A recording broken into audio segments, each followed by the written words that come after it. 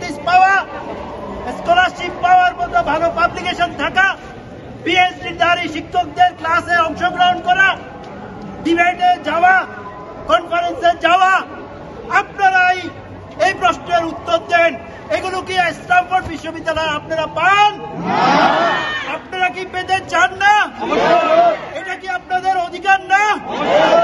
এই অধিকারের জন্য 2013 সাল থেকে 2024 সাল পর্যন্ত শিক্ষকদের উপরে যারা আমাদের মতো লোক কথা বলেছে তাদের উপরে স্টিম রোলার চালানো হয়েছে। এবং এই গণঅভ্যুত্থান ছিল 52 পরবর্তী সবচেয়ে বড় গণঅভ্যুত্থান, এবং 71 পরবর্তী এত রক্তক্ষয় আমরা কিন্তু আর দেখিনি।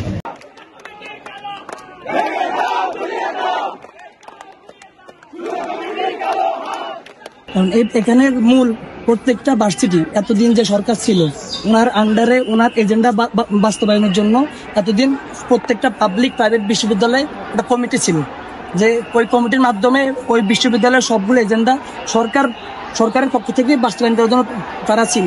আজকে আমাদের যে দাবি আমরা ইচ্ছামণি ইউনিভার্সিটি 20 দফা দাবি দিয়েছিলাম। ওই 20 দফা দাবি আমরা ট্রাস্টি বোর্ড এবং বিসি বরাবর দেওয়া হয়েছিল আমাদের।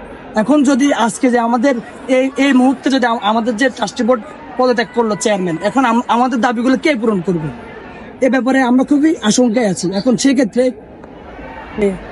গত বৃহস্পতিবার আমাদের শিক্ষকরা আমাদের দাবি না মেনে ওনারা কি করছে, ওনারা মানে ডিরেক্ট ডিসি স্যার এবং ট্রাস্টি বোর্ডের পদত্যাগ চাইছে। ওনারা জোরপূর্বক ট্রাস্টি বোর্ডকে পদত্যাগ করাইছে আজকে।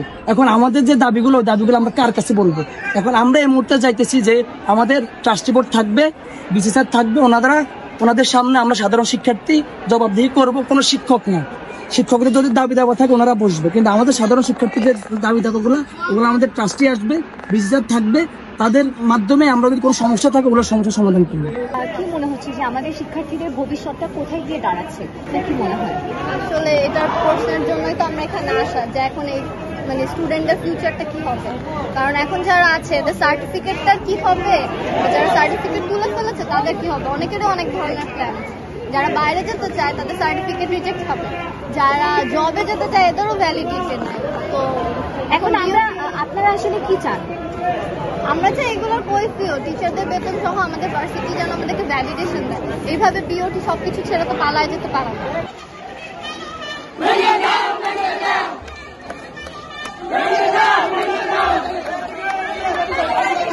আসলে ভবিষ্যৎ নিয়ে আমরা সবাই অনেক শঙ্কিত, কারণ আমরা চেয়েছিলাম যে একটি সুষ্ঠু পরিবেশ, আমরা ভার্সিটি একটি সুষ্ঠু পরিবেশ চেয়েছি, সেটা নিশ্চিত করার জন্য আমাদের অথরিটি দরকার ভার্সিটি।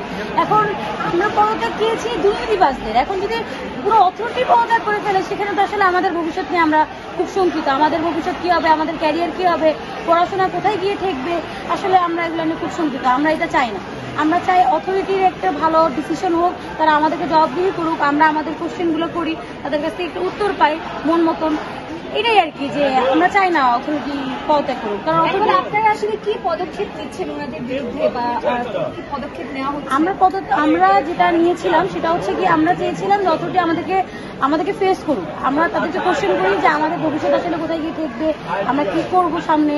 তো ওটাটা ওনারা আমাদেরকে কোশ্চেন না করে ওরা জোরপূর্বক ভাবে তাদেরকে পদত্যাগ করে দেওয়া হচ্ছে। এটা আমরা বুঝতে পারছি আসলে এখানে একটা দুর্নীতি বিরাজ করছে, যে কেন এটা পদত্যাগ হচ্ছে আসলে।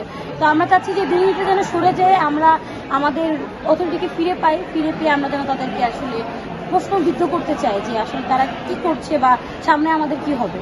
এভাবে তো আর হয় না। হচ্ছে কতগুলো স্টুডেন্ট, বলতে গেলে লাখ স্টুডেন্ট তো হবেই আমাদের ভার্সিটিতে। এখন এটা করার মাধ্যমে তো আমরা সবাই পথেই বসে গেছি, আমাদের পড়ালেখা কিছুই চলবে না, সবাই আবার অন্য ভার্সিটিতে চলেও যেতে পারবো না। দেখো আমি যেতে পারি, কিন্তু আমার আশেপাশে যারা থাকবে, আমার একটা ভবিষ্যতের কথা তো চিন্তা করলে হবে না। আমার সাথে আমার বন্ধু বান্ধব, ওদেরকে আমি অনেক ভালোবাসি, ওদের কথা আমাকে চিন্তা করতে হবে। তো শুধু নিজের কথা না ভেবে সবার কথা ভেবে আমাদেরকে এই আন্দোলন, তারপরে হচ্ছে ভার্সিটির কথা চিন্তা করে সামনে আগে